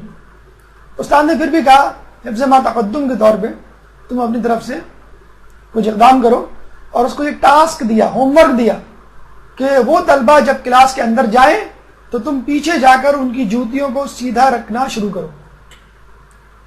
جو تو تھوڑا بہت شائبہ کینہ پروری ہے، اشکال ہے، کوئی دشمنی ہے، وہ بھی انشاءاللہ نکل جائے گی۔ اور جب طالب علم نے ایسا کرنا شروع کیا تو وہ تھوڑی بہت جو کینہ پروری ہے، دشمنی تھی، وہ بھی نکل گئی۔ تو استغفار کریں، سورہ فاتحہ پڑھیں، تحفے تحائف دیں، کم از کم اچھے اخلاق سے پیش آئیں۔ کن سے؟ کہ جو آپ کے بارے میں بہترین صدقہ وہ ہے جو ان رشتہ داروں کو دیا جائے کہ جو آپ کے دشمن بنے بیٹھے، بہترین صدقوں میں شمار کیا گیا۔ تو کوئی بیہودہ انداز میں آپ کو دھمکی دے تو آپ صاف کہہ دیں کہ میں جو ہوں اس قابل نہیں، لیکن بہرحال اگر آپ کہہ رہے ہیں تو ہو سکتا ہے صحیح ہو، اور خیر خواہی سے پیش آئیں۔ تو یہ 3 حدیثیں تھیں امام کی حلم سے متعلق۔ اب آئیے امام کی ان حدیثوں کی طرف، ان نصیحتوں کی طرف جو علم سے متعلق ہے۔ امام نے 9 نصیحتیں کی، 6 ہم بتا چکے، 3 باقی رہ گئی ہیں۔ اور دیکھا جائے 6 سے پہلے جو 3 نصیحتیں تھیں وہ علم ہی سے انڈائریکٹلی ریلیٹڈ تھی۔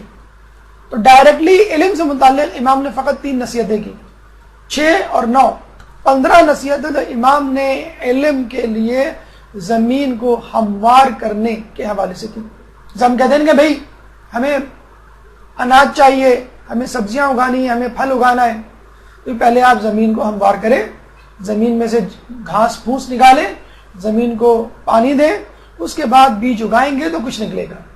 تو اپنے دل سے کینہ پروری، دشمنی نکالیں، مادیت پرستی نکالیں، عبودیت پیدا کریں۔ اب آپ کا دل، آپ کا ذہن اور آپ کی زمین جو کہ علم چاہتی ہے وہ تیار ہے، علم کا بیج لینے کے لیے، جذب کرنے کے لیے اور اس کو پودا بنانے کے لیے۔ امام کی 3 وصیتیں علم سے متعلق، ایک درود پڑھ دیں محمد والے محمد۔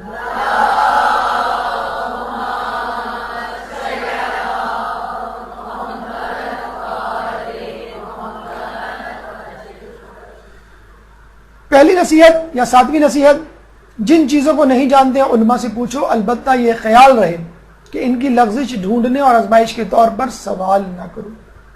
ہم شرماتے ہیں سوال کرنے سے، استاد ہمیشہ آ کے درس کے بعد پوچھتے ہیں کوئی سوال نہیں، اتنے سارے اسٹوڈنٹ پوچھیں کوئی سوال نہیں۔ تو شرمائے مت کہ لوگ کیا کہیں گے، کوئی بات نہیں، آپ یہاں پڑھنے کے لیے آئے، اگر سوال پوچھ لیے تو کیا ہوا۔ ہاں، جواب دینے سے نہیں شرماتے، کوئی سوال پوچھ لو، تھوڑے سے جواب آ جائے گا، یاد ہو کہ نہ یاد ہو، کنفرم ہو، تصدیق شدہ ہو یا نہ ہو، لیکن ان کی لغزش ڈھونڈنے کے لیے آزمائش کے طور پہ سوال نہ کرو۔ ہمارے ایک جاننے والے وہ جب بھی کوئی سوال پوچھتے ہیں 3-4 علماء کو SMS کرتے ہیں، کیوں؟ تاکہ پتہ چلے اصل جواب کیا ہے۔ اس کا مطلب ہے آپ کراس چیک کر رہے ہیں، آپ معلوم کرنا چاہ رہے ہیں کہ بھئی کس کا علم ہے، کسی کے پاس علم نہیں ہے، کون غلط انفارمیشن دے رہا ہے، کون نہیں۔ پھر بعد میں آپ نے لڑوا دیا یا آپ نے کہہ دیا کہ دیکھو فلاں کو تو یہ بات بھی نہیں معلوم، تو یہ غلط ہے۔ جواب معلوم کرنا ہے، جو بھی عالم دین، جو بھی استاد آپ بہتر سمجھتے ہیں، جس پہ ٹرسٹ ہے، جس کی نالج ہے، اس سے آپ پوچھیے۔ چیک کرنے کے لیے کبھی سوال نہ پوچھیں۔ جو علماء کی لغزش تلاش کرتا ہے بہت زیادہ نقصان میں رہتا ہے۔ بالکل ایسا ہی آپ اپنے ماں باپ کی، خاندان کے بزرگوں کی جو ہے وہ لغزشیں تلاش کریں، لیکن سوال پوچھنے میں کوئی آر، کوئی جھجک، کوئی شرم نہیں ہونی چاہیے۔ نمبر 8، اپنی رائے پر عمل کرنے سے پرہیز کرو، ان تمام کاموں میں احتیاط کرو جہاں احتیاط کی جا سکتی ہے۔ یعنی جواب دینے میں احتیاط کرو، نتیجہ اخذ کرنے میں احتیاط کرو۔ ہمارا کیا ہے، ہم سے کوئی بھی سوال پوچھا جائے ہم فوراً جواب دے دیتے ہیں، پتہ نہ بھی معلوم ہو کچھ نہ کچھ بتا دیتے ہیں۔ بھئی یہ فلاں بلڈنگ کا ہے، بھئی آگے جائیں، یہ سڑک جا رہی ہے، سیدھے ہاتھ پہ مڑے، پان کی دکان ہے، اس سے آگے سبزی کا ٹھیلا ہے، سامنے میکینک کی دکان ہے، 2 قدم آگے جائیں گے ایک دکان ہوگی پرچون کی، اس سے پوچھ لیے گا۔ ارے بھائی آپ ہی بتلا دیتے کہ مجھے نہیں معلوم، صاحب کہہ دیتے۔ اتنا کچھ بتانے کے بعد تو سیاست ہو، علم طب ہو، علم دین ہو، خصوصی طور پہ ہر انسان تیار رہتا ہے کوئی نہ کوئی نصیحت کے لیے، کوئی نہ کوئی فتویٰ دینے کے لیے۔ تو اپنی رائے پہ عمل کرنے سے پرہیز کرو۔ شیخ مرزا انصاری کے بارے میں کہا جاتا ہے کہ ہر دور کے سب سے بڑے عالم نجف میں جب ممبر پہ بیٹھے، آپ کو معلوم ہے نجف میں جو ممبر ہوتے ہیں بہت اونچے اونچے ہوتے ہیں، چھت تک ہوتے ہیں بعض اوقات لوگ، تو اوپر بیٹھے ہوئے تھے، ایک بڑھیا آئی سر اوپر کر کے سوال کیا، شیخ مرزا انصاری نے کہا کہ مجھے نہیں معلوم، پھر دوسرا سوال کیا، شیخ مرزا انصاری نے کہا مجھے نہیں معلوم، تیسرا سوال کیا، شیخ مرزا انصاری نے کہا مجھے نہیں معلوم، تو بڑھیا نے غصے میں کہا اگر نہیں معلوم تو اتنی اونچی جگہ کیوں بیٹھے ہو، نیچے آ جاؤ۔ تو شیخ مرزا انصاری نے جواب دیا اگر معلوم ہوتا تو عرش پہ بیٹھا ہوتا، لیکن مہاراج اتنے بڑے مرجع ہونے کے باوجود کوئی قباحت محسوس نہیں کی کہنے میں کہ مجھے نہیں معلوم، لا ادری یا ما ادری، مجھے نہیں معلوم، ایک تہائی علم کے برابر۔ ہمارے ایک دوست انگلینڈ سے آئے، ہم نے پوچھا وہاں کے پروفیسر سے کیا حال ہے، کیا نالج ہے، کہنے کچھ بھی نالج نہیں ہے۔ کیسے بھئی ان سے 10 سوال پوچھو، 10 میں سے 6 سوالوں کے جواب میں کہتے ہیں I don't know, open the book, I don't know, open the book. کہہ رہے وہاں پہ کوئی شرم نہیں محسوس کی جاتی، کوئی پروفیسر شرم نہیں محسوس کرتا، صاف کہہ دیتا مجھے نہیں معلوم۔ وہاں پیشنٹ کوئی سوال پوچھے بھائی اس ڈرگ کو کیسے لینا ہے، کیا ڈوز ہے، آپ کہتے ہیں sorry let me check it, آپ کتاب کھولتے ہیں بتا دیں، اور پیشنٹ بھی بہت خوش ہوتا ہے کہ کتنا پڑھا لکھا ڈاکٹر ہے، تکا نہیں مار رہا۔ یہاں ڈاکٹر کھول لے تو کہہ دیتے ہیں بھائی کمپاؤنڈر صاحب، ڈاکٹر صاحب کو بلاؤ، تم کو معلوم نہیں ہے تم ڈاکٹری کر رہے ہو، تو وہاں کوئی قباحت نہیں ہوتی۔ انگریزوں نے سیکھا ہے اپنی جہالت کا اعتراف، اور ہم نے جو ہے جاہل ہونے کے باوجود اپنی علمیت کا اعتراف جو ہے وہ کرنے بیٹھ جاتے ہیں۔ شیخ مرزا انصاری سے زیادہ آپ کا علم ہے جو آپ ہر سوال کا جواب دینے کے لیے تیار ہیں۔ پھر امام فرماتے ہیں کہ فتویٰ دینے سے یوں رائے فرار اختیار کرو جیسے شیر سے ڈر کر بھاگتے ہو، اور اپنی گردن کو لوگوں کے لیے پل نہ قرار دو۔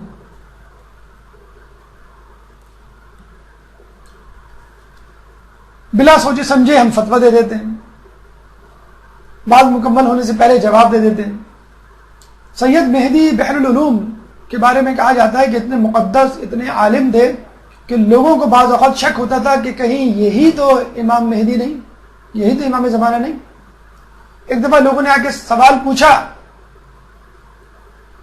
کہ ایک عورت اس کا انتقال ہو گیا، حاملہ ہے، دفنا دیں، انہوں نے کہا دفنا دیں، بچہ سمیت، پیٹ میں بچہ ہے، کہنا ہاں۔ تو جب گئے تو رستے میں ایک شخص سے ملاقات ہوئی، اس نے کہا کہ نہیں، پیٹ چیک کرو، بچہ نکالو، پھر دفناؤ۔ بعد میں پتہ لگے وہ امام زمانہ تھے۔ دفنا کے واپس آئے، سید مہدی بحر العلوم کو بتایا کہ بھئی یہ معاملہ ہوا ہے، شرمندہ ہو کے دروازہ بند کر کے بیٹھ گئے کہ آئندہ میں کبھی فتویٰ نہیں دوں گا۔ کچھ عرصے بعد، کچھ دنوں کے بعد ایک شخص آیا، ہاتھ میں رقعہ لیے، سید مہدی بحر العلوم کو دیا اور چلا گیا۔ بعد میں پڑھا تو پتہ چلا کہ وہ خط تھا امام زمانہ کی طرف سے، جس میں لکھا تھا کہ تم فتویٰ دیتے رہو، تمہارا کام ہے فتویٰ دینا، ہمارا کام ہے تصحیح کرنا۔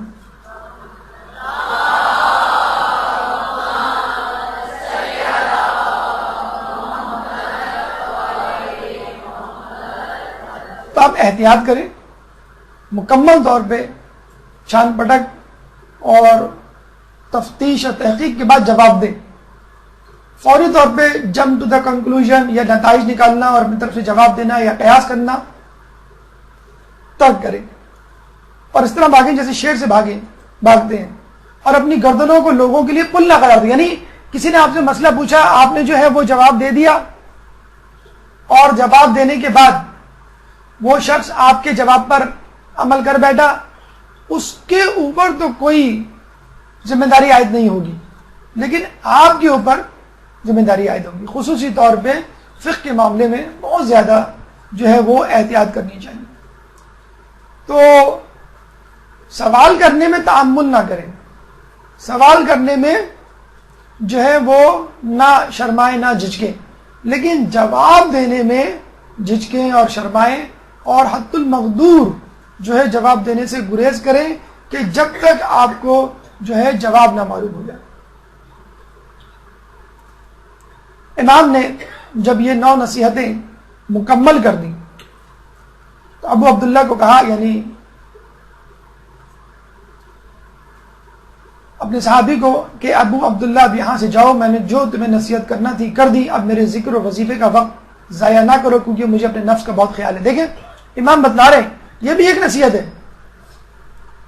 کہ دیکھو استاد کے پاس، امام کے پاس، سینئر کے پاس، بزرگ کے پاس بہت زیادہ بیٹھ کے اس کا وقت ضائع نہ کرو، وہ صرف تمہارے لیے نہیں پیدا ہوا ہے، تمہارے مسائل کے جواب دینے کے لیے، اس کے پاس بہت سارے کام موجود ہیں۔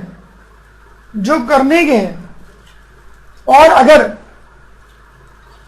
تم اس کے ساتھ بیٹھ کر مسلسل اس کا وقت ضائع کرتے رہے تو بہت سارے ذکر و اذکار جس کا اسے خیال ہے ان سے وہ کنارہ کشی اختیار کر لے گا.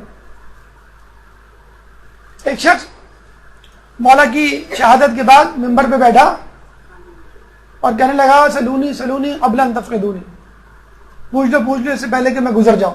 بڑا سا امامہ پہنے. ایک شخص نے پوچھا یہ جو تیرا امامہ ہے اس امامے کے کتنے گھیرے ہیں؟ بیچارہ لاجواب ہو کے رہ گیا. تو یاد رکھیے کبھی بھی دعویٰ اور دلیل کے بغیر دعویٰ نہ کیجیے، اپنے آپ کو بہت زیادہ عالم نہ ظاہر کیجیے، ہمیشہ طالب علم جو ہے وہ ظاہر کیجیے. اور علم کے حوالے سے امام زمانہ کا انتظار اور منتظرین کے لیے ایک خوشخبری کہ جب امام آئیں گے تو امام سے پہلے فقط 2 حروف علم ہوگا. یعنی ابھی جو بھی ترقی ہو رہی ہے اور آئندہ ہوگی امام کے زمانے تک، امام کے ظہور کے زمانے تک 2 حرف انسان علم حاصل کر پائے گا. اور علم مجموعی طور پہ 27 حروف ہے. جب امام آئیں گے علم کو 2 حروف سے لے کر 27 حروف میں تبدیل کریں گے. اتنی زیادہ علم کے حوالے سے جو ہے وہ ترقی ہوگی.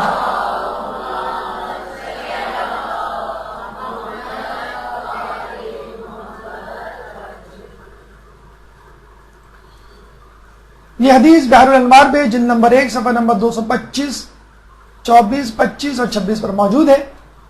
اللہ تعالیٰ سے دعا ہے کہ اس حدیث پہ عمل کرنے کی توفیق عطا فرما اور زیادہ سے زیادہ علم جو ہمیں ہدایت دے اسے حاصل کرنے کی توفیق عطا فرما. اگر کوئی سوال اس موضوع سے متعلق آپ کے ذہن میں ہو تو آپ کر سکتے ہیں. قبل السوالات بھرپور صلوات.